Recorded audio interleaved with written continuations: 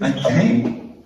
All right, let's do it here. Alyssa was coming up from New Haven, and we had to call you to come rescue us.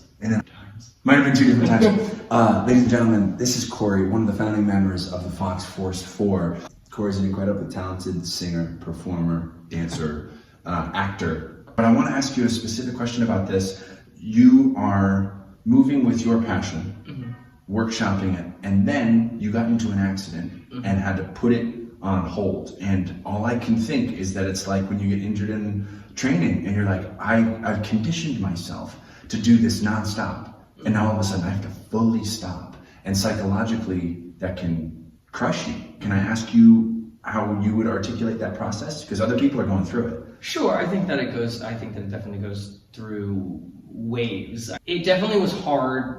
It's hard to think about, like someone asked me the other day, like when can you like ice skate again? Like when can you bike? When can you run? Like when can you do these things that would like make your life seem more normal than it is already? Because I have recovered a lot from my spinal surgery and stuff like that. And again, people don't know how badly you were hurt based on how well you carry yourself now. No, so you have to kind of re-explain. Yeah. Hey, I'm acting right now. You know what I mean? Like I'm putting it is funny. I was at a bar the other week because I run bingo at a taco place. Nice. And a kid who I knew from high school who had obviously seen the stuff that I posted on Facebook or Instagram or whatever about the accident came up and was like, "Hey man, you're looking great." And I was like, "Thanks." Yeah. Oh, right, because I almost died 2 months ago. Like I forgot all about that part because I live a pretty normal life right now. Yeah. Well, now I don't move work forward well, you know. Yeah, it's and I think that physically it's pretty simple.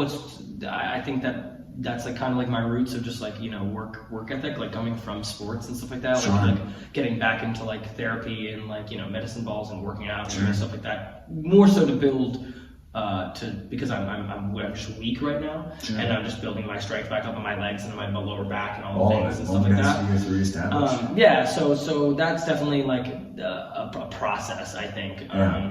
But the mental part of it is catastrophic.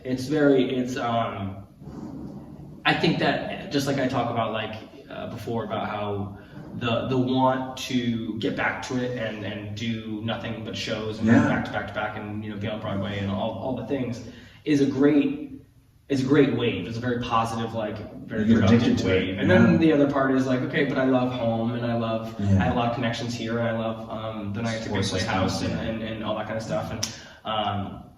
And people, you know, I think would love to like push back on me on that and be like, you know, life begins outside your comfort zone, or, you know, do you want to be comfortable, or do you want to be, you know, growing, right, or something like that. And for me, it's like I lived in New York City for 8 years. You've grown. So I've done the whole outside my comfort zone. I've traveled the world. I've done a lot of stuff. So for me, it was the right time for me to be like, okay, I need to go home to mom and recover. And then I got hurt.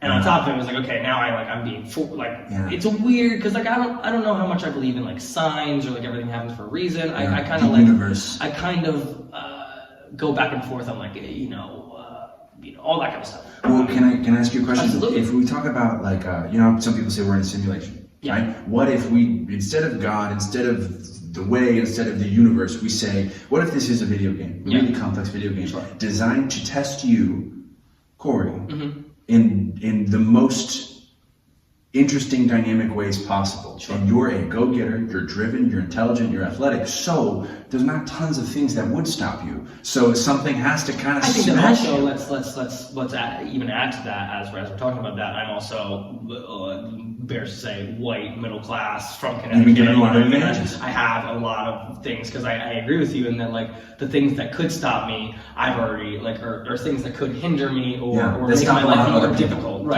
could be... You've already pushed through those, and that's like boss fights in a game. Or they've been given to me in a way, in some certain instances. So because I'm really interested in how you would talk to someone who's just hit their first real setback in their passion. What would you talk to them about if they come to you and say, dude, I just got cracked? For some guys, like in fighting, it's they get knocked out for the first time and they're like, wait a minute, maybe I don't love this enough.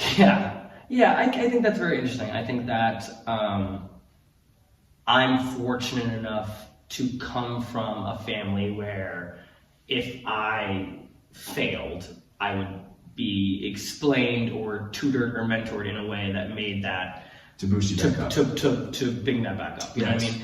And so I think that it's your support system's strong enough. Yeah, and I think that it's interesting to think of people that didn't have that same background or were put like you sometimes you meet people and you're like, that person needs to get punched in the mouth just like once, like one time. I think we should bring that back to society, and you should be able to warn them 5 times before you're allowed to do it. Yeah, it's an interesting. I think that's an interesting concept, because it's not that person needs to be constantly punched in the face, or like we just like want to beat you up or like want to beat you down. It's that sometimes I think people need like a wake up call. Absolutely, like people just need like a hey, like you can get way worse than this. Absolutely nice, right? And like for me right now, thinking about like, okay, like I have 2 rods in my back, 6 pins, I've had 3 layers of stitches in my face. Like, this is numb, my back's numb, like all this stuff now. Yeah. It's like you think like, and like it's weird because again, this is gonna sound morbid and stuff like that. Like there were moments where like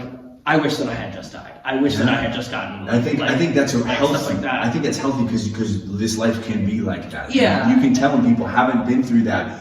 Oh, I should just stop. Yeah. I should just not be here anymore. Yeah. And there's a depth to your eyes when you've suffered like that. But that also is that much more inspirational when you step up and keep pushing forward. Absolutely, and I think that for like people that like get hit or get pushed down or stuff like that. Like I have a whole tattoo about it kind of thing, and so I think that setbacks are important. I think that like for instance, like watch The Pursuit of Happiness. I think that is such a beautiful movie about perseverance. Yeah, pushing through setbacks. Right. And how to use those setbacks to catapult you forward. You know what I mean? Because I'm about to get this whole beautiful tattoo on Tuesday. Nice. And it's really all about how like beauty and growth can happen anytime, anywhere, especially through darkness. Yeah, right. And it's those moments that like. You talk about fight or flight, and it's like everyone has both. Yeah. I think that it's very like I fight in certain days, and I fly certain days. Sometimes I wake up and I am so excited to go to PT, and sometimes I wake up and I'm like not today. I have so much debt and so much medical bills, and I made jokes with my friends about how like they saved my life so that they could ruin it. You know what I mean, stuff like that. And so like there's I think that people forget how complex the issues are that you go through, especially with adversity and just like I think sports is so easy to combat and be like, or to compare it to and be like, okay, like you didn't get this position or you got knocked down or like in basketball you got pushed around or whatever, you know what I mean, like physical or not physical, something happened and you had to continue on because like you can't just stop. But again, some people had parents that like when they wanted to quit karate because it got hard, they stopped. They just okay, sweetie, we don't have to do that anymore. Right. And it's tough when those people get into adulthood and then you're like, oh, life's gonna move without you. I mean, both ways, because I think that people that were taught never to quit sometimes don't know when to quit. Yeah. And that's the crazy. That's the guy camping out. If there are girls watching this thing, like you've got men in your DMs that will just.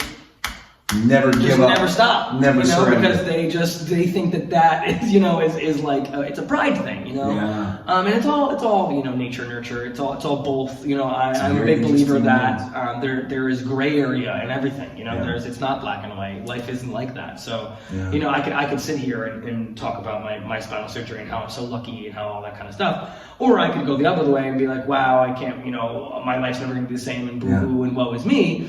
But I try to find a good balance of like, my life right now is really hard. Yeah. It's not always going to be hard. Right. It was harder before in certain ways and is now harder in other ways now. And that's the growth. And it doesn't matter whether it happened now or happened in Oregon or happened with people I loved or without. Like it's all going to create different challenges. And parts of you that come out now because you have to. Because it's not always bad or always good. Right. It is so much of everything, and there are emotions that I didn't even know that I was capable of feeling. Yeah. You know, and thoughts that's that springing from the trauma, right? And it's scary and exciting. Yes. Because you feel more like a complete adult and complete human. Yeah. You know what I mean? You get layers to you. That you didn't have before. And you start to understand Shrek a little bit. Yes, dude. Yes, layers. You know, And that's to me a really important part of following your passion. It is not all sunshine. It is not all daisies.